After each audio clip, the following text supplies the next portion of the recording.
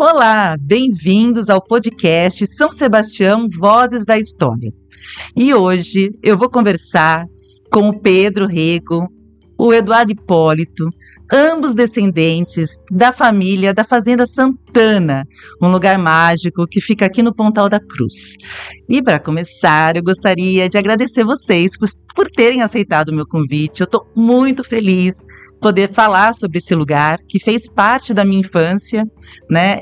E que sempre me encantou muito pelas suas histórias. E é realmente um lugar muito mágico. E eu gostaria de saber como foi que a Fazenda Santana chegou até a família de vocês. Quem vai começar?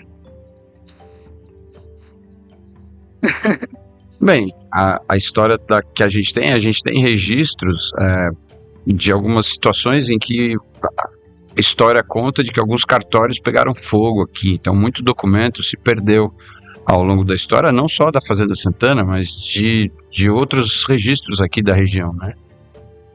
E aí a gente tem poucos documentos, mas os documentos que a gente tem remontam sobre a história da fazenda, até alguns documentos que foram conseguidos ser resgatados, né, por conta até da Rosângela da Ressurreição, da tese dela que ela fez sobre as senhoras de engenho lá na fazenda, né, que é uma história bem bacana que tem por trás da Fazenda Santana, que é duas gerações de mulheres, em que no século XVIII, numa ocasião em que as mulheres sequer sabiam ler, votar muito tempo depois, teve a gerência de toda a produção de açucareira da Fazenda Santana com duas mulheres em duas gerações. Então, as senhoras de engenho contam uma parte boa dessa história, e esse resgate que a Rosângela fez nos trouxe uma série de elementos, inclusive sobre o que se produzia lá, o número de escravos, a quantidade de açúcar que era enviado para a corte. Então, e parte dessa história é que entra a família Rego, através do nosso tataravô, no caso do Pedro, não sei se é tetravô, mas que por ocasião de conhecer uma das filhas do... Como é que é? Só para resgatar esse elo, né?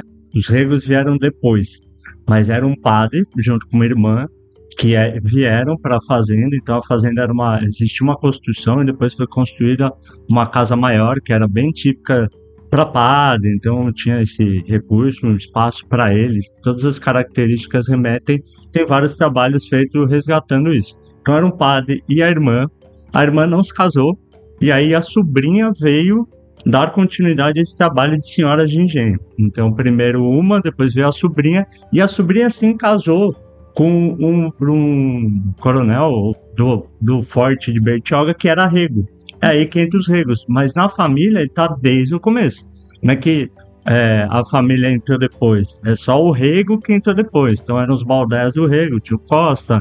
Então assim, tem vários sobrenomes no meio disso, ficou mais a questão dos Regos, mas são vários sobrenomes que tem ao longo dessa história toda. E a gente tem inclusive essa linha cronológica bem definida, bem desenhada, da onde que veio, lá dos Açores, de que família que veio, o nome de quem veio, quem era o pai de quem. Então esse padre e a irmã moravam em Santos e aí vieram tomar conta da fazenda aqui. Então toda essa história tem muito bem documentada, o que não tem às vezes um documento mais antigo de quem era o dono antes deles, né? Ou esse processo de dominialidade ali que tinha. Mas de fato isso está muito bem documentado. Esses documentos sempre estiveram na fazenda. A Rosângela fez um trabalho de compilar isso, e aí ela fez um trabalho complementar do que tinha na fazenda, de buscar outros documentos em São Paulo, na parte Isso, exatamente. Aí ela fez um elo, e aí o mestrado, o doutorado dela, traz toda essa contextualização, né? Então, foi até engraçado isso, até a história, né, da próprio mestrado da Rosângela é muito legal, porque na verdade ela foi para trazer o elo da mãe dela, que é do bairro, que acho que tinha uma relação com os escravos. Ela foi na fazenda buscar essa história. Quando ela chegou lá e viu o acervo, falou: peraí, acho que eu vou fazer de outra coisa, e acabou puxando toda essa história das senhoras de engenho. Então todos esses documentos estavam na fazenda. Ela fez com que isso se tornasse organizado e mais completo, para hoje, inclusive, acessível para quem quiser ver esse mestrado. Que é Na época do prefeito Paulo Julião, eles editaram um livro que Eu é me lembro. basicamente toda a história da Rosângela, contando a história de São Sebastião de uma maneira geral. E tem um capítulo exclusivo da Fazenda com os dados que ela compilou desse trabalho dela, que ela foi buscar ano após ano, quantidade de arrobas, de pipas de aguardente, de quanto que era enviado preferencialmente para o Rio de Janeiro, né, que era a corte. Então, o açúcar produzido aqui, não só da fazenda, mas de toda a região, ele era preferencialmente enviado por canoas, né, de voga e vela, para o Rio de Janeiro. Então, partiam ali do que hoje a gente chama de Praia do Arrastão, mas chamava Praia do Partido, partiam as canoas dali para o Rio de Janeiro com as pipas de açúcar, açúcar mais claro, açúcar mais cavo. Então ela detalhou peso por peso, ano a ano, qual foi a produção, não só da fazenda, mas de várias aqui da região. Trabalho muito bacana. Nossa, que interessante, né? Eu lembro desse livro, né? Eu lembro do lançamento dele, eu estava presente, e realmente assim, um estudo, né? E ela encontrou esses documentos na fazenda. Eu sei que lá vocês têm uma biblioteca, né? Inclusive eu tive a oportunidade de entrar no ano passado durante a festa de Santana, né? Então eu dei uma espiadinha, não tive a oportunidade de me aprofundar mais, ver qual é o acervo que tem lá, mas eu fiquei curiosa. Então ela encontrou esses documentos lá nessa biblioteca, foi isso? Exatamente. Aí foi muito interessante, porque nesse processo dela olhar, uma das coisas que na época até a gente falou, ó, você pode passar o tempo que você quiser olhar os documentos, só que esses documentos não saem da fazenda. Então o que aconteceu? Ela acabou fazendo todo o estudo dela lá na fazenda, né? Que também foi muito legal. Nossa. Né? Até esses dias a gente tava lembrando dessa história, ela acabou ficando muito amiga do Léo, ela fazia cafezinho pra ela e tudo mais, porque ela passava o tempo todo lá fazendo estudo desses documentos. E a gente, remontando a isso, tem uma amiga também, que é da minha mãe, que trabalha com documentos. Ela falou, meu, como é que vocês estão manuseando esses documentos assim, vocês estão malucos? E aí ela fez um processo de digitalização de boa parte desses documentos. Nossa, que bom saber, ótima notícia. Então esse acervo tá também digitalizado. Então foi um trabalho que foi feito para realmente as pessoas não ficarem manipulando esses documentos, porque senão eles vão se perder. Estraga. Entendi. Bom, nós falamos um pouquinho sobre a história da fazenda, né? Citando aqui o nome do padre, né? Que adquiriu a fazenda e depois passou para a irmã, é o padre Manuel Jorge, né? Eu acho que ficou faltando aí de falar sobre o nome dele. E esse padre, né? Vocês sabem mais alguma coisa sobre ele? Porque eu estive na fazenda há pouco tempo e eu vi que lá ainda tem a roupa do padre, tem alguns objetos, né? Eu acho que, inclusive, nós vamos falar ao longo do programa um pouquinho mais sobre isso, mas vocês têm algum conhecimento, sabe quanto tempo ele ficou aqui na cidade, como que foi o papel dele aqui? Então, dos registros que eu gravei com o tio Nelo, ele conta um pouco dessa história também, de ter ouvido dos antepassados, né, aquela história, e que o padre Manuel Jorge, português, recebeu uma data de terra, né, uma porção de terras, e recebeu também o breve apostólico para poder ter autorização para rezar a missa na capela. E teria sido o padre Manuel Jorge que teria construído o sobrado, porque o sobradinho que foi demolido, que não existe mais lá hoje, que a gente agora, esse ano, está querendo resgatar para fazer o rótulo da Concertada 2025, a gente quer resgatar justamente para puxar para as pessoas essa outra casa que existia lá e que não existe mais. Eu acho que a gente tem foto dela. Márcio, você pode colocar para mim a foto, acho que anterior, tem uma foto que aparece ainda a fazenda com o sobradinho. Acho que é uma antes ainda. Tem um. Nem existia coqueiro. E o quadro. Tá aí, essa aí. Essa é uma foto, né? Que mostra ali o sobradinho à esquerda e o que a gente tem hoje lá, que é a varandinha e o sobrado.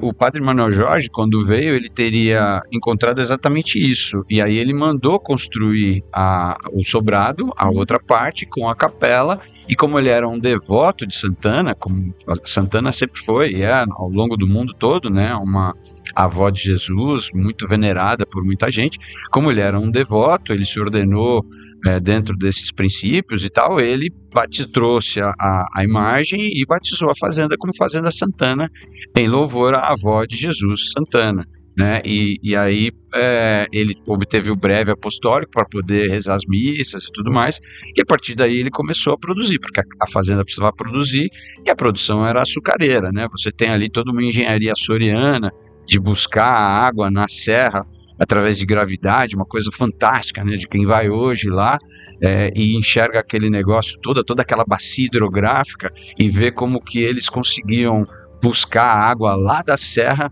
por gravidade, sem um tripé de topografia, sem o que a gente hoje tem de satélite, essa coisa toda. Os caras só de caminhar e tal, eles fizeram todo um acompanhamento com o valo, que existe até hoje, está lá no meio do mato, né? O valo construído todo ao longo do morro, buscando a gravidade para passar no aqueduto, girar a roda d'água ali naquele lugar. Então, e a água vem lá da serra, né? No encontro de águas que a gente sempre chamou como a mãe d'água, que é o lugar onde você tem os dois encontros de águas ali na fazenda, ali na reserva, hoje reserva do Molã, né?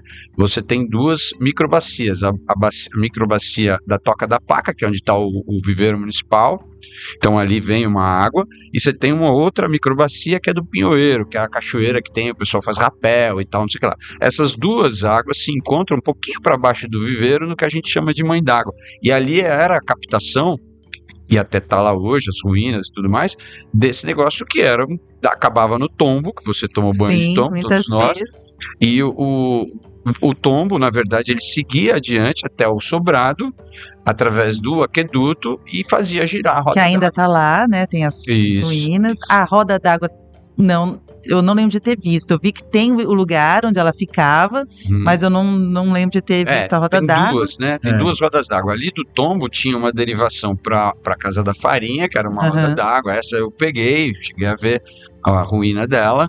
Tá lá as ruínas do fosso dela, tá tudo lá ainda. E tem a roda d'água principal, que é o engenho que dá o nome da Fazenda Santana de Engenho Real, que é um engenho movido por uma roda d'água e toda a engrenagem dela com a força das águas, que aí é lá do lado do sobrado, lá no engenho, onde hoje a gente celebra as rezas da novena de Santana. Tem uma foto, Márcio, que mostra a fazenda e mostra assim o quanto ainda ainda tem uma vegetação, né? Ali, a foto. Uma curiosidade só, fazendo adendo da casa lá, o Edu falou da gente resgatar isso, tentar fazer o rótulo. Curioso é que se você olhar aquela foto que você mostrou anteriormente, você tem a casa antiga. E o Calixto, provavelmente na mesma expedição que saiu essa foto, que é 1916, alguma coisa assim, a gente tem a casa nova, né, o sobrado, chegando e pegando uma parte dela. Então a gente não tem nenhuma imagem que junta os dois, a casa com a outra. E aí qual que é o trabalho que a gente está tentando fazer para poder fazer o rótulo? Sobrepor uma outra para fazer uma imagem que traga essa panorâmica da casa como era antigamente mesmo, juntando os dois, né? Então o resgate, porque não esse tem é o Calixto. Tá vendo? Esse Ele corta a casa lá, antiga, pela metade, e a outra mostra só a casa antiga com a varandinha e não mostra o sobrado. É verdade. Então, essa sobreposição, a gente não tem nenhuma imagem que tenha isso. Engraçado, né? Porque por que o Calixto não pintou tudo, né? É mesmo, né? Aí a imaginação da gente vai longe, porque a gente tá fazendo esse resgate, onde que ele pôs o tripé? E a gente fica tentando achar qual que é esse ângulo. Por que será que ele cortou a casa do sobradinho ali, cortou a casa e não acabou o sobradinho, meu Deus? Ele deve ter desenhado, aí não sobrou espaço na tela, e cortou. E fato aí, na vista que a gente tinha, será que aparecia alguma ponta do aqueduto ou não aparecia? Porque ficam gargalos do que deveria ser antes, né? É verdade. E aí falei disso, fazendo o resgate da vegetação. Se você olhar no próprio quadro, na foto, você vê que a vegetação é bem baixa. Então provavelmente todas essas áreas eram de plantio de cana, então você já não tinha mais uma vegetação nativa ali. E na época do Manuel Hipólito, ele também fez um plantio de ele ganhava muitas mudas de fora. Então se olhar ali a diversidade de espécies que tem, desde angico, as próprias mangueiras centenárias ali, elas são relativamente novas, né? Elas foram plantadas nessa época, de 1930. Então, eu encontrei lá um pé de cacau. Sim, cacau, caimito, cambucá, umas árvores bem diferentes. As próprias fruta-pão, era muita coisa que recebia e plantava. A terra é muito boa, né? Então planta o que planta lá dá. Então, você tem uma diversidade muito, como o Pedro falou, muita árvore diferente de espécies que a gente não encontra por aí. Que ainda precisam ser catalogadas, né? Sim, Para fazer um mas não levantamento. são originais aqui, elas foram plantadas. O meu pai, que hoje, sei lá, teria 90 e tantos anos, é falecido já, ele conta que ele cresceu ali, claro, nascido aqui, né?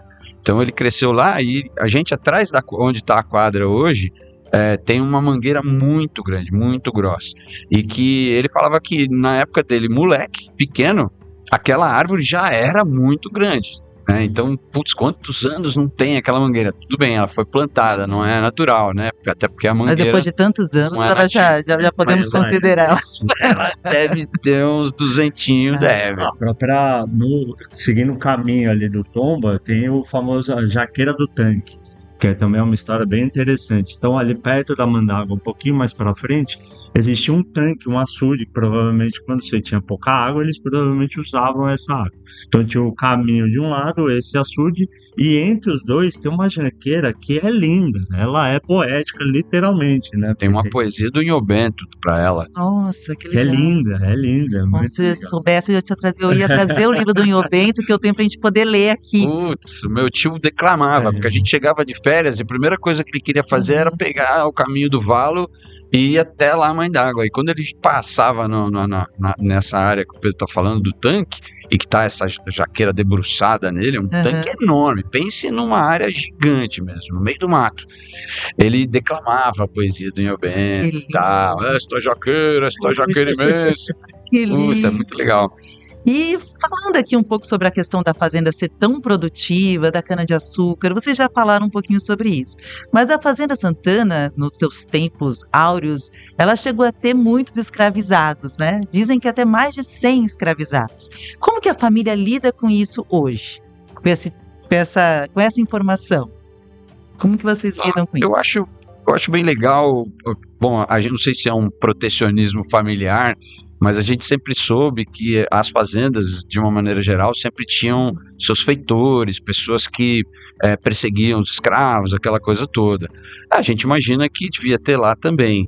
Mas a gente sabe de histórias, como por exemplo a fazenda do Guaicá, que tem a história de um feitor que era muito malvado. Você tem histórias das fazendas da Ilha Bela, onde os caras eram super perseguidos. E na fazenda parece que era uma coisa mais light, era uma coisa mais legal. Mas o que não afasta toda uma história da escravização e tal. Mas acho que tem um lado legal também, no sentido de que dentro dessa linha de ser uma coisa mais bacana, mais light e tal, daquela carta lá, o Pedro pode contar melhor, de um resgate aí do nada também, que foi descoberto por conta de umas cartas de amor, de romance entre nossos antepassados, e a gente acabou descobrindo que na Fazenda Santana a abolição ou a liberdade dos escravos aconteceu muito antes do que habitualmente nos outros lugares. Na verdade é um que história documento, é essa, Pedro? porque Fiquei a abolição é 1889, né? Isso? Vocês me corrigem se eu estiver errado. E aí, antigamente, quando você fazia a corte, né, de casamento entre pessoas da família, se mandava uma carta, né, aquele romantizada, mas nesse contexto você trazia um pouco da história do que estava acontecendo na fazenda. E aí tem uma carta que veio do Vale do Paraíba, numa desses cortejos aí da família, que tinha lá a parte romântica e tinha essa história que os escravos estavam em festa por conta da abolição. Só que essa carta é de 1888. Só que isso não existe registro em lugar nenhum que traz essa questão. Então, tem vários elementos que traziam da história que a abolição, na verdade, só foi uma assinatura ali de algo que já tinha acontecido.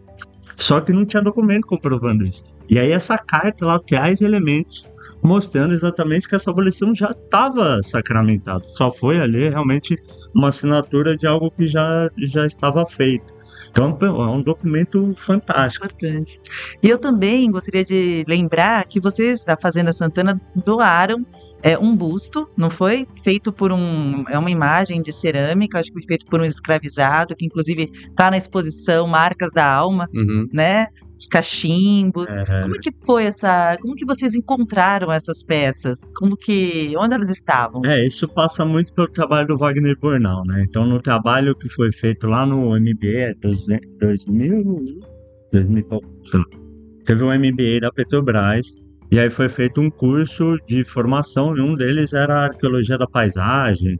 E aí você escrevia projetos, né? Quem fazia parte do MBA escrevia projetos. Então, na época, Edu era professor e minha mãe e meu pai eram alunos do MBA.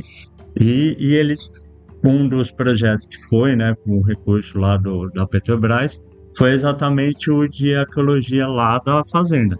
Então, ele fez algumas prospecções, começou a fazer um trabalho lá a partir desse estudo. E aí começou a achar, pô, onde que era a senzala? Não, a senzala não é naquelas casinhas que a gente vê em frente ao sobrado. Ah, não era? Não, aí começou, porque imagine que você vai colocar uma senzala na varanda do senhor É do engenho. verdade. Então, Mas todo mundo que vai lá pensa que é, mas não é, porque é exatamente isso. Você vai colocar, né, a casa do caso dos escravos na frente do senhor do engenho, né? Uhum. No caso ali, senhoras ou do padre, ou qualquer que seja o dono. Ali eram o das quê? Eram as casas das pessoas que trabalhavam. Ali provavelmente deveria ser um depósito de material, não eram todas aquelas casas, elas eram menores, então ali ela é antiga, mas a gente não sabe exatamente quão antigo e qual era o uso. Depois foi virando casa, foi virando um monte de coisa. E aí começou a fazer, pô, onde que será que era a senzala? E aí tem alguns lugares, acho que no interior de São Paulo, que existem as senzalas. Então quando você constrói o aqueduto, você aproveitava a parede do aqueduto para fazer a senzala. E ali, perto da quadra de Tamborel, tem o aqueduto e uma parede que sai. Você vê nitidamente que tem uma parede saindo do nada do aqueduto. E aí, provavelmente a senzala era ali. E aí começou a fazer algumas prospecções. E nessas prospecções foi aonde achou o cachimbinho, onde achou a maior quantidade de materiais associados aos escravos e tudo mais, é exatamente nessa área. Então ali era a senzala, né, do mais profundo, né, indo lá mais próximo do tombo. E aí nessas prospecções depois, achou um monte de coisa.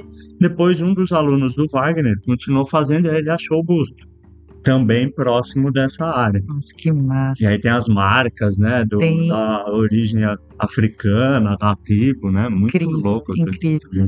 Quando eu era criança, né, eu comentei com vocês antes da gente começar essa entrevista, eu ia muito na Fazenda Santana porque eu morava no Pontal da Cruz, eu tinha colegas de escola que moravam na fazenda e muitas vezes eu ia lá para ouvir histórias, né, além de pegar as mangas, né, enfim, era uma delícia, assim. Mas eles contavam muitas histórias e vocês cresceram lá, né, então eu queria saber se vocês já ouviram, porque eles falaram pra mim que ouviam barulhos de correntes. Eu não sei se eles contavam isso pra passar medo, né, na gente. Conseguiam, né, de sair de lá apavorado. Mas vocês já tiveram alguma experiência assim ou isso não existe? Bom, eu tive uma experiência bem louca lá, porque como eu te falei, a gente passava lá temporadas, férias, e ficava lá o tempo todo, né, e dormia lá, numa época que não tinha ainda a reserva do Molan, então ficava todo mundo ali. Eu tava num dos quartos da fazenda, e eu tava com meus outros dois primos, com o Marco, do Bem de Praia, o Marco Antônio do Rego, e com o Ricardo Massari, que tinha uma casa ali onde hoje é aquele shopping na Praia do Arrastão. E aí a gente estava dormindo ali no quarto Telhavan, que é um quarto que dá fundos para o que hoje é a reserva, e a gente estava lá trocando ideia, tal, a janela fica nas costas. E de repente começou a passar uma luz muito forte, vinda de lá. Passou pela parede, a gente estava de costas assim, vendo a luz passou, e não tinha absolutamente nenhuma razão para aquela luz estar ali, naquele lugar, naquela hora e tal. Teve uma bateção de portas e tal, foi uma coisa meio... A gente correu para a sala, tava a tia Terezinha, a avó dele, minha tia, tava na sala lá com o pai dele, e aí a tia Iraídes estava também, ela era viva. Aí todo mundo se pô, o que aconteceu? Então, calma, não sei o que é isso, tal. Para te resumir a história, aquela noite a gente foi para a capela rezar, e ninguém entendeu, na verdade, o que tinha acontecido ali.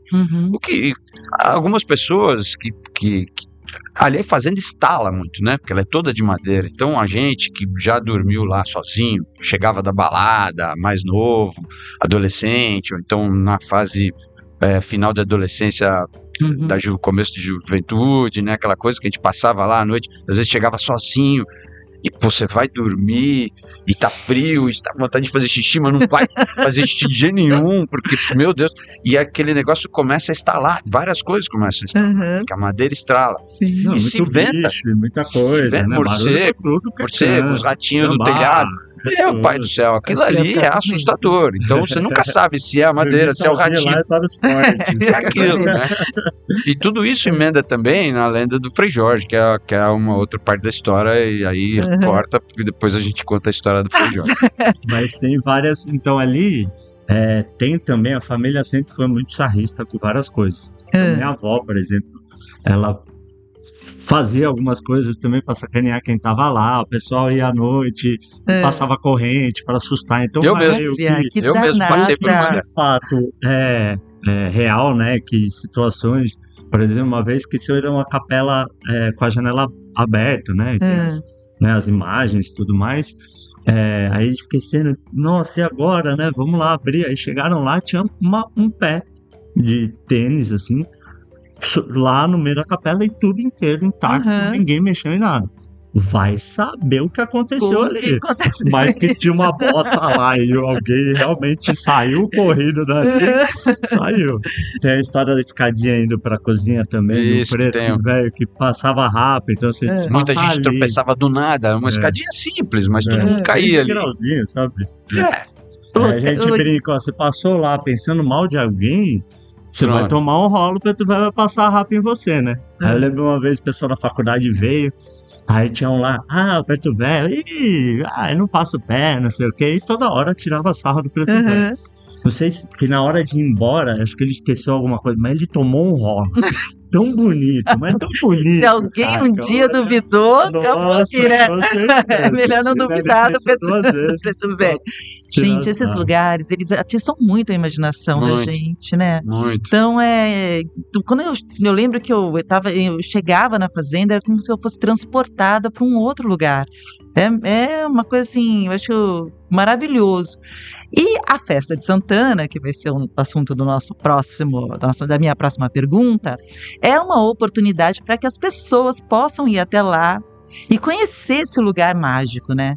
E eu sei que vocês sempre começam a organizar a festa de um ano para o outro, né? E como é que está a organização dessa festa? Vocês já falaram que vocês estão criando agora o rótulo da concertada, né? Então, eu gostaria que vocês contassem um pouco como é que está a história dessa festa. Primeiro, vamos contextualizar ela um pouquinho. E depois, como que vai ser a festa desse ano? Vocês podem já adiantar um pouco. É legal trazer esse contexto de própria Fazenda Santana e Festa de Santana, né? Então, sempre foi né, o padroeiro ali da fazenda foi Santana e o dia de Santana é dia 26. Então, tradicionalmente, vai saber, deve ser desde o começo lá do padre, se reza a novena de Santana lá na fazenda. Então, ela começa dia 18 e vai até o dia 26. São 9 dias de reza. E aí, dentro dessa tradição de rezar a missa e fazer a reza, tinha alguns elementos que são típicos de regiões com colonização açoriana. Então a gente tem o elemento do Boa Investe, a gente tem o elemento da Concertada, a gente tem a própria Santana como padroeira. Então outros lugares, por exemplo, Santa Catarina, a Fogueira. Eu acho que a gente tem foto, Márcio, dessa festa do Boa Investe. Então tem esses elementos que em outras fazendas com o mesmo tipo de colonização tem esses elementos. Então tradicionalmente a gente vem passando de geração em geração tentando manter essas tradições. E aí a gente vai tentando cada vez mais melhorar essa condição para as pessoas vivenciarem um momento realmente único, né? Como você falou, de chegar lá e quase ser transportado num túnel do tempo e estar lá há 300 anos atrás na fazenda, dentro daquele contexto, né? Ela de noite iluminada. E toda essa sensação que você narrou aí, a gente ouve de muita gente que vai pela primeira vez, gente que vai todo ano, todo mundo que chega lá e sente um pouco dessa atmosfera, que ela é ao mesmo tempo leve e ao mesmo tempo densa, né? Porque tem muita história, muita coisa ali. Isso me lembra muito também um trecho do livro da Rosângela, em que ela fala, que é da tese dela, né? Em que ela fala que você vai nesse lugar e você fica olhando aquilo imaginando algumas coisas funcionando, ou como aquilo acontecia, como aquela roda girava, como o eixo funcionava, como aquela dinâmica daquele lugar acontecia, olhando para aquilo ali. E tem gente que não está muito ligado nisso, mas sente também bastante vibração ali, porque é um lugar que tem séculos, né? Então é muito legal. Então essa atmosfera bacana, ela é para todo mundo. Eu acho que é uma coisa que gente que está lá e que cresceu ali sente, imagina quem não está, né? Sem dúvida. E aí você falou até dessa organização, então você está do lado de dois que realmente mergulham nesse processo e tentam resgatar isso. Tem algumas pessoas que a gente começa já né, sempre se reunir para começar a organizar e cada vez melhorar, né? Então, a própria Concertada, que é o licor, também é de origem açoriana, né? Que é uma delícia. Sim, aí a gente vem sempre E tentando... vocês preparam ele artesanalmente, a família se reúne, né? Uhum. Esse ano eu vi um vídeo, acho que nas redes sociais, mostrando como vocês fazem. É igualzinho como era feito antes. E por que se chama Concertada? Eu faço duas perguntas já em uma. Concertada merece um podcast inteiro. Só dela, com certeza. Porque a gente mesmo, a gente tem uma missão aqui conosco, né? O nosso grupo de primos, sobrinhos e tal. A gente tem essa coisa da organização da festa como um todo, e isso inclui, claro, fazer a concertada. E a gente tem uma coisa que a gente vem buscando, que é a busca da concertada perfeita. Então a gente vem tentando, claro, que os ingredientes da concertada a gente traz, porque é da tradição oral e de como é feito. Então, porque tem concertada na Congada de São Benedito, na Ilhabela, tem concertada no Bonete, tem concertada no Ubatuba, tem concertada em Santa Catarina. Concertada não é uma bebida da Fazenda Santana, mas é uma bebida, como o Pedro falou, de uma coisa de origem açoriana, que é ligado muito ao boi, muito ligada à fogueira, enfim. É uma época fria, que é uma forma de acolher as pessoas que vinham da comunidade do entorno, de trazer um calorzinho, né? Isso, a gente não vende, concertada não é vendida, a concertada é doada. Então a gente organiza, junta a turma e está em busca de uma concertada perfeita. O que seria isso? É tentar buscar como os antigos faziam concertada. E a gente começa a viajar no tempo. Como que eles faziam concertada? Peraí, os ingredientes eram pilados num pilão, não tem esse negócio de produção industrial, como alguns anos a gente viu, de colocar num master lá e bater aquele troço. Não, vamos fazer como os caras faziam. Então, vai dar trabalho, mas vamos fazer. E aí é pilão mesmo. E aí tem uma história, umas teses que são defendidas por um por outro, de onde vem o nome, né? Então, por exemplo, eu e mais alguns defendemos a tese de que a concertada, a primeira concertação dela é justamente ali no pilão, em que um ingrediente conserta no outro. Aí depois a segunda fase, que você deixa a concertada imersa no que a gente chama de infusão, que é jogar esses ingredientes numa quantidade de cachaça e que fica ali por um ano, né? Fechada, né? Em alguns lugares é enterrada, como no Bonete. A gente não. A gente coloca em recipientes de vidro, fechados num escuro, e de vez em quando vai lá dar uma chacoalhada. Aquilo ali fica de um ano para o outro, vai fazendo uma coisa que também se conserta ali, os ingredientes vão se consertando durante um ano. Depois você tem a fase do preparo, que é que você viu nas redes sociais, que você tem a coagem, adição de açúcar, adição de mais cachaça, e aí até dar o ponto, vai coando, até dar o ponto em garrafa. Aí é outra consertação.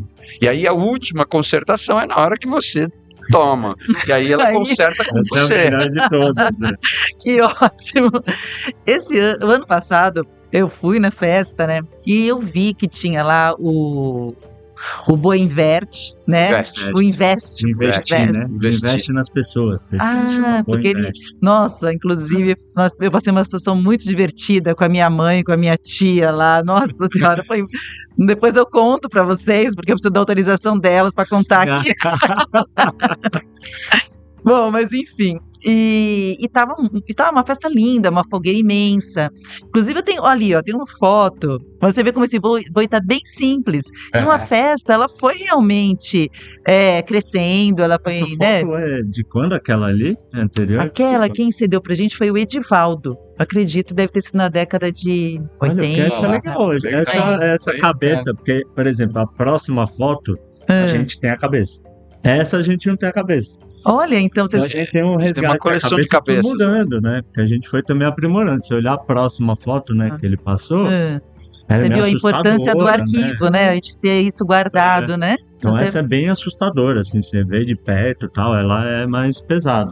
Se pegar aí tem mais uma agora que é mais gordinha, que deve vir na sequência, e tem a do ano passado que veio, inclusive, uma pessoa lá de Parintins fazer uma cabeça, que aí realmente com os olhos brilhando de luz, Caramba. ela tá Pois linda.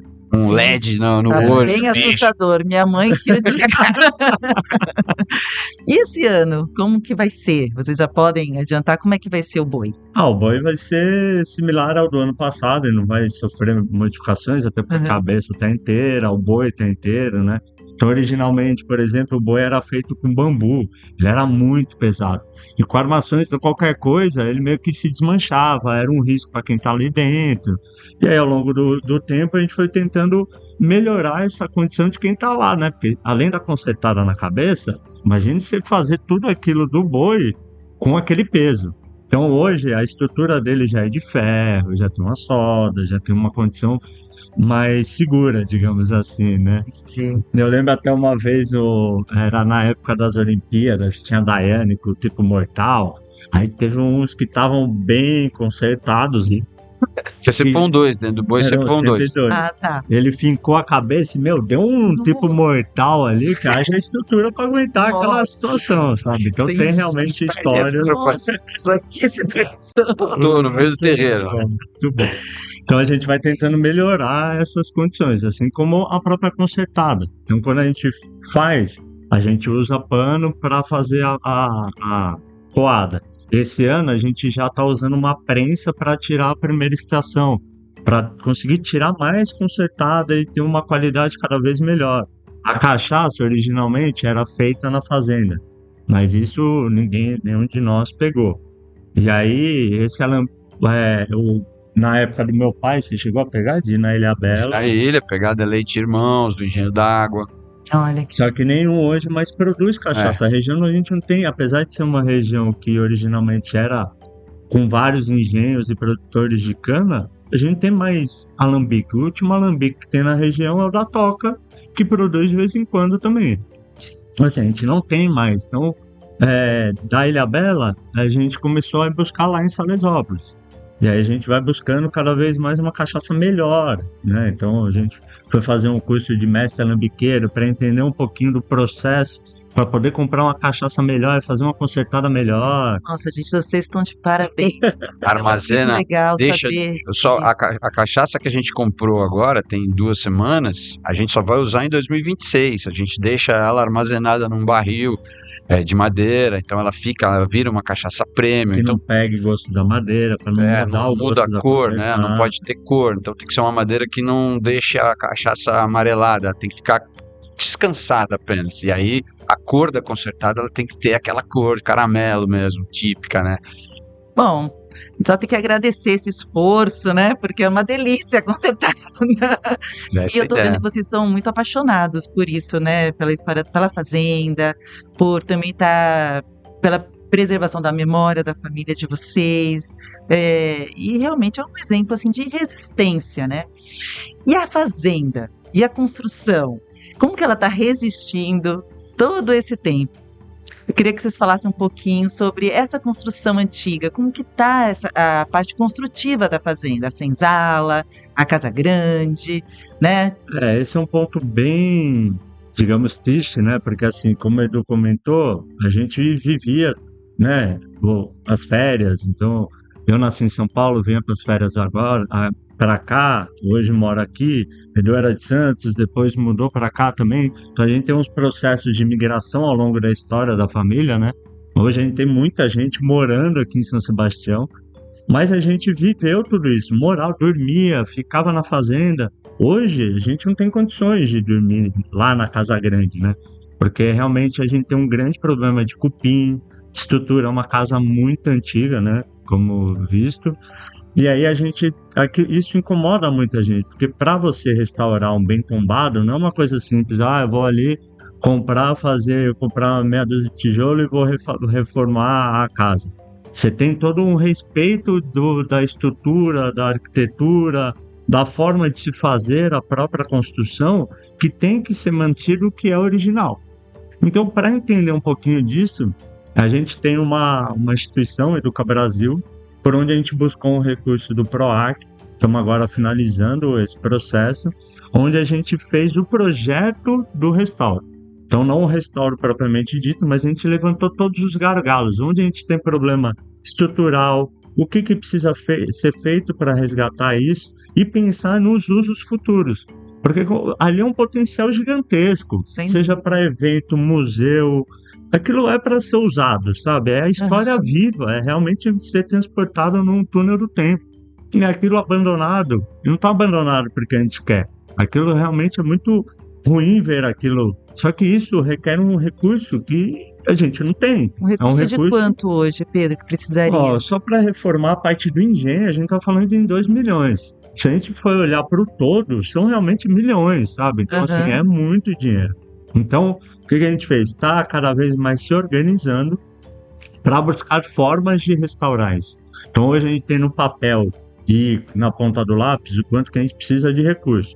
Agora, a gente está buscando a forma de efetivar isso e realmente promover usos que cabem à fazenda. Então, por exemplo, a parte da Casa Grande, de criar um museu com todos esses documentos, de uma forma que as pessoas possam subir lá com segurança. Porque hoje ela tem o piso dela é de madeira, só que tem muitas partes que o cupim está comendo. Então, se eu olhar o pulgar, que é a parte de baixo, ele tem várias estacas segurando isso. Isso já vem de longo, né, de um longo processo. A própria época do Manuel Hipólito, ele fez isso. Tem partes do aqueduto que, se olhar, ele tem tijolos que são mais novos, que já foi um processo de restauro de algo que também já estava perdendo. A própria casa antiga que ruiu. Então, ao longo da história, a gente tem vários momentos de altos e baixos que algumas pessoas conseguiram manter e resgatar isso. E aí a gente está hoje exatamente nesse processo que, se Deus quiser, continua no alto para resgatar toda essa história, e aquilo está disponível para cada vez mais pessoas conhecerem e viverem aquilo. Isso, sabe? Aí, eu acho que essa é a emenda de uma breve fala minha aqui do que o Pedro falou aí. Eu acho que hoje você falou, pô, quando a gente chega lá, a gente se encanta com isso, todo mundo, né, que chega lá se encanta. Isso encanta a gente que é da família, mas hoje a Fazenda Santana, por conta de tudo isso, ela não é da família, ela é da comunidade. Então qualquer restauro, qualquer recuperação, qualquer vida que você dê e empreste mais vida ainda àquilo, ela vai ser uma coisa que é um presente para a cidade, para a comunidade, para todo mundo, porque a molecada nova precisa entender o ciclo do açúcar que aconteceu aqui, né? A cidade toda floresceu por causa do ciclo do açúcar. Teve o ciclo da baleia, teve o ciclo dos piratas, teve um monte da banana, do café. Banana, né? Na época dos meus avós, que tinha a barca que levava para Santos, que tinha a produção de a reserva lá para trás. Era um bananal que era produtivo, saía o barco para Santos cheio de banana, né? A fazenda, ela teve assim no epicentro de muitos episódios importantes da cidade. Do Brasil, né? Verdade. Manuel Hipólito do Rego, inclusive acho que nós temos uma foto dele aqui, Márcio, com a família, com a dona Iraídes, os filhos, né? Ele foi aí um deputado constituinte. Sim, teve uma participação ativa durante a história dele. A Revolução de 1930. Isso, a constitucionalista. Né? Então, Até hoje, ele é o único deputado federal eleito pela região. Não existe nenhum deputado federal eleito por São Sebastião até hoje. Olha ele, a foto dele. Tá aí ele. E não é à toa que também a avenida principal aqui da cidade tem o nome dele, né?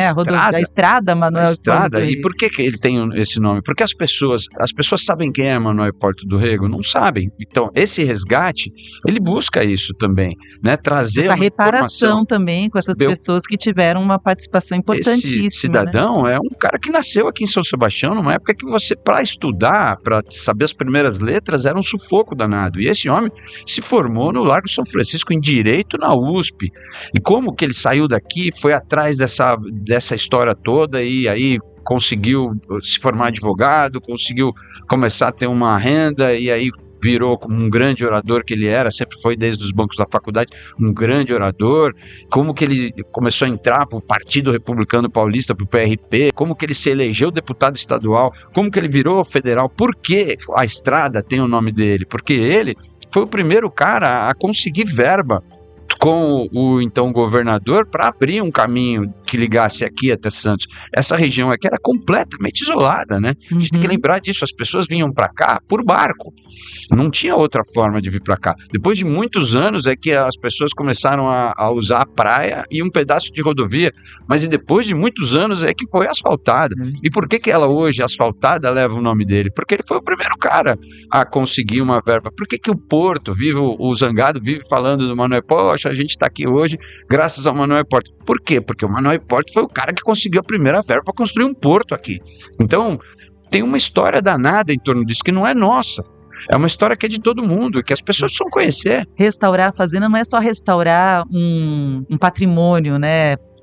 Um patrimônio antigo, restaurar também parte da história da nossa cidade, né? A nossa identidade, né? A gente precisa conhecer isso, né? A própria Iraídes, com a história do hospital, tanta coisa que ela fez pela cidade, sabe? Então as pessoas, isso não faz parte do cotidiano das pessoas, né? A gente aprende na escola aqui sobre a história de São Sebastião, mas essas pessoas, esses atores não estão lá necessariamente, e a gente também tem que resgatar. O próprio meu avô também, esse ano faz 100 anos, né? Então, realmente, criar formas de homenagear essas pessoas, trazer à luz todo o trabalho que eles fizeram pela cidade, né? Pela história. As pessoas precisam saber que as coisas não eram assim, antes delas já tinham pessoas trabalhando, lutando, né? Passando aí o pão que o diabo amassou, né? Para que a gente pudesse chegar aonde a gente está hoje. A gente passeia, vai daqui do centro até o Pontal, né? E a gente não consegue nem imaginar. Só quando a gente vê as fotos mais antigas, a dificuldade que era. Vocês estavam comentando que a família de vocês, a casa ficava no Hotel Roma, né? E a fazenda era um sítio, né? E porque devia ser muito difícil o acesso, né? E aqui eles tinham mais, tinha a questão das crianças irem à escola, né? Henrique Botelho. Então, e hoje isso é inimaginável, né? Porque é muito fácil a gente sair daqui e tá lá em 2 minutinhos, sim, né? Mas não era assim. Inclusive, na época da Constituinte, lá, da guerra e tudo mais, tinha a avó Didi falava muito, né, da história do rádio. A fazenda era um ponto ali meio camuflado para dar sinal se tivesse, né, era realmente e aí eles tinham que se esconder, porque se pegar, sabe? Passavam informações através do telégrafo. O telégrafo ficava dentro da fazenda. E aquela rua hoje que tem no Pontal, que é paralela com a avenida, aquela rua lá de dentro, chamava-se Rua do Telégrafo. Nossa, passava o telégrafo lá. Depois de um tempo aí, algum vereador mudou o nome para um nome de alguma pessoa. Mas eu lembro, mas ela chamava-se Rua do Telégrafo. Por conta dessa história. Passava ali. Tava na fazenda. Aí, eu tô aprendendo um monte de coisa aqui. Então que legal. E assim, eu entrei lá na fazenda há pouco tempo, na Casa Grande, né? E eu observei que tem alguns objetos lá de muito valor, né? Um deles, eu vou ter que falar, porque eu sei que é a grande paixão aqui do Eduardo Hipólito falar sobre isso, que é o brasão, né? Então, o desenho do brasão tá lá na fazenda, né, Eduardo? E por que isso te encanta tanto? Por que você gosta tanto de falar sobre isso? Você tá pesquisando sobre isso? O que te atrai tanto nessa história? Me encanta porque ele puxa uma história que é da origem, é uma história que une o Manoel Porto do Rego e une o que a gente tem hoje, né? Porque toda molecada que usa um uniforme de prefeitura usa esse brasão, mas esse brasão que está hoje printado em qualquer ofício da prefeitura ou em qualquer uniforme, ele desapareceu um pouco alguns elementos, mas até hoje, se você olhar o símbolo de São Sebastião, é um símbolo vivo, ele é lindo, ele parece que você está vendo um desenho animado acontecendo ali, porque tem um canhão explodindo contra uma caravela pirata. E lá na Fazenda Santana, onde está o original disso, né? E que aí é aquela história que você resgatou de um artigo que eu publiquei no Imprensa Livre e que conta um pouco dessa história, né? Que meu tio foi narrando, que o pai dele, o Manoel Hipólito, ele, por ocasião da comemoração, acho que de 200 anos do aniversário da cidade de São Sebastião, em 1936, São Sebastião não tinha um símbolo. Não tinha nenhuma identidade. E ele...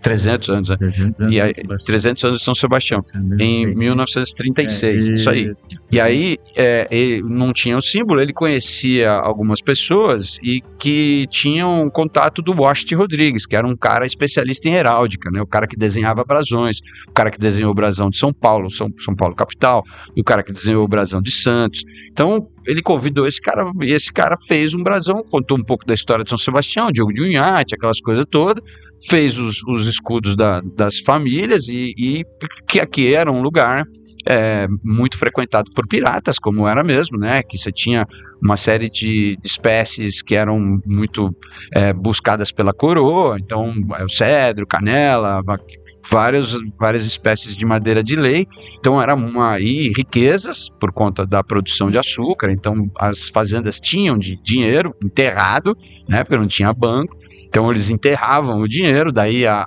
origem também das lendas sobre tesouros e tudo mais, porque às vezes o cara morria e ninguém sabia onde que o cara enterrou o dinheiro.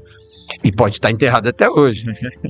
E aí, dentro dessa história toda, o símbolo de São Sebastião retrata uma fortificação, porque aqui a gente tinha várias, pena que a gente não tem mais nem ruína de lugar nenhum, mas a gente tinha uma fortificação no Pontal da Cruz, a gente tinha uma fortificação no Araçá, a gente tinha uma fortificação lá no Morro das Cigarras, a gente tinha as fortificações da Ilha Bela, que todas se conversavam por luneta e bandeirinha, né, para saber aonde que a hora que chegava uma nau estranha, e aí chumbo nos caras.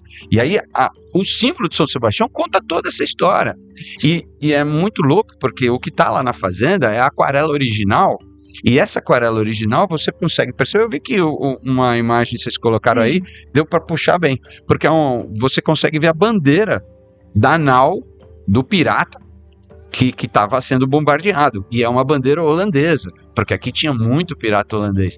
E hoje nos uniformes, nos brasões de prefeitura, você perde isso, né? Porque você não tem essa riqueza de detalhes. É muito pequenininho, né? Às vezes não tá colorido. E aí ele mandou fazer esse símbolo, esse cara, o Washington Rodrigues, fez o símbolo, ele entregou para São Sebastião.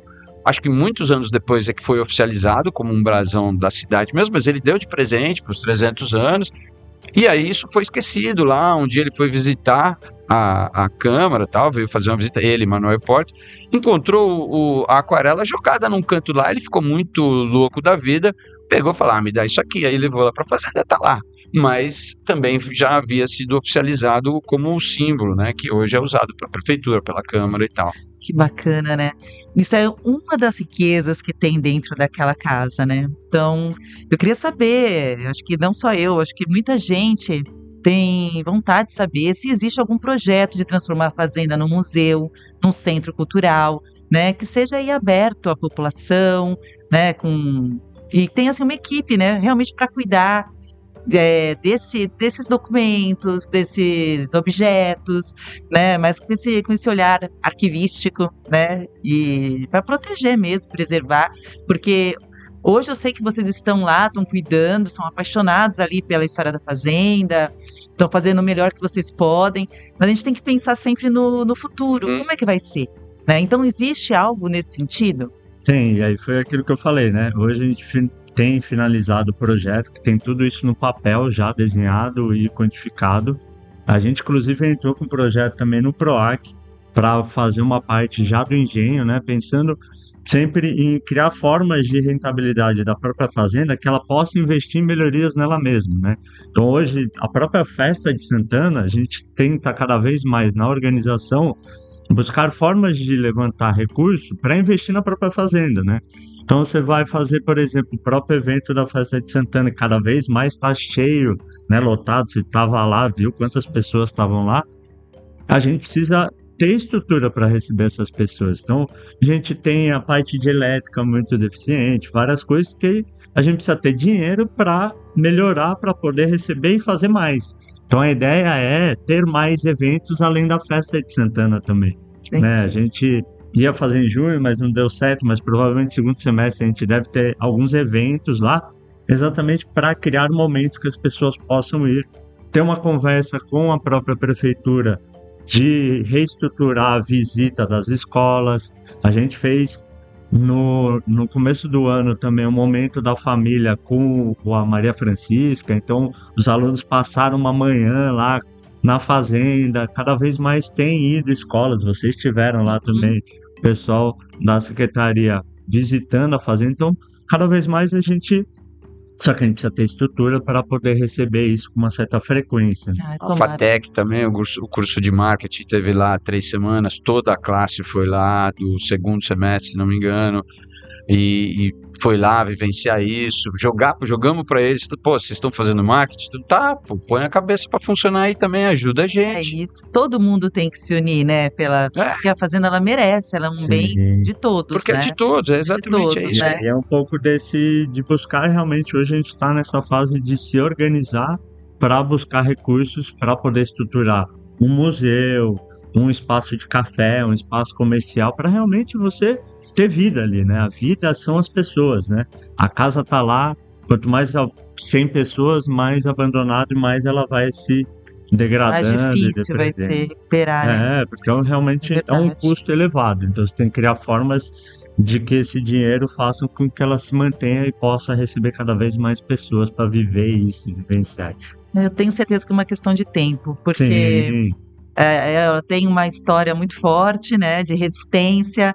E eu tenho certeza que vai aparecer na hora certa aí um recurso, tá né? caminhando Já para tá aí, isso. E é um gente espaço tá aí, multi, né, Dani? É um lugar que você faz muitas coisas diferentes e ele é bom astral em todas elas. Então ali a gente já teve vários casamentos, ali a gente já tem as novenas, ali você já teve 2 bandas de rock dentro do engenho. Não tô nem Aham. falando na parte de fora, tô falando só ali na área do engenho, que é um espaço muito legal para eventos, para exposição. Eu lancei o Visão Costeira lá em 2004, que foi um lançamento de um projeto ambiental de navegação, quer dizer, já teve a reunião de comitê de bacias não, lá. vai ter. Em setembro deve ter o encontro de agroecologia, provavelmente vai ser lá, que é do gerenciamento costeiro e do comitê de bacias. Então, assim, cada vez É um mais espaço vivo, né? Vivo, Muito plural, legal, aberto muito para legal. várias coisas. E para nós encerrarmos aqui a nossa entrevista, porque eu vou falar, eu conversaria com vocês aqui, eu sei que a gente teria assunto aqui para pelo menos mais 1 hora, porque Tivesse uma consertada aqui, então. Nossa, aí a Senhora. gente não. Mas eu gostaria assim de vocês assim, com poucas palavras, né, que se vocês pudessem dizer assim com o coração para as pessoas que estão nos ouvindo. Eu sei que vocês são apaixonados, que não faltam razões, mas uma razão, né, que na opinião de vocês faz muito sentido para que essa fazenda, né, seja realmente preservada. Olha, uma palavra me vem na cabeça aqui, é memória. Eu acho que isso faz com que a gente resgate a memória da história toda e que realce a memória dos mais novos, para que isso se eternize, porque como você também falou, a gente está de passagem aqui, mas a história vai ficar. Como ela ficou desde os nossos antepassados, ela vai ficar e ela vai continuar, né? Para as novas gerações. Então, de alguma maneira, a gente precisa manter essa memória viva, memória das estruturas físicas, memória das questões culturais, de todas as expressões que tem ali, seja Cucaiapó, seja Boiveste, seja fazenda, seja culinária, sejam as coisas todas que acontecem na festa, está consertado, tudo que acontece ali, seja patrimônio material ou imaterial, precisa ficar para a história.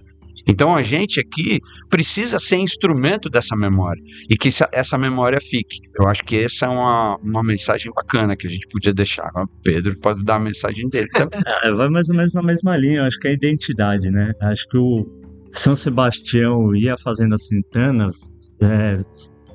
trazem esses elementos. A identidade, a gente tem um município, cada vez mais a gente tem pessoas de fora vindo para cá, né? E a gente tem que trazer essa figura, essa identidade de São Sebastião desses tantos anos da história, né?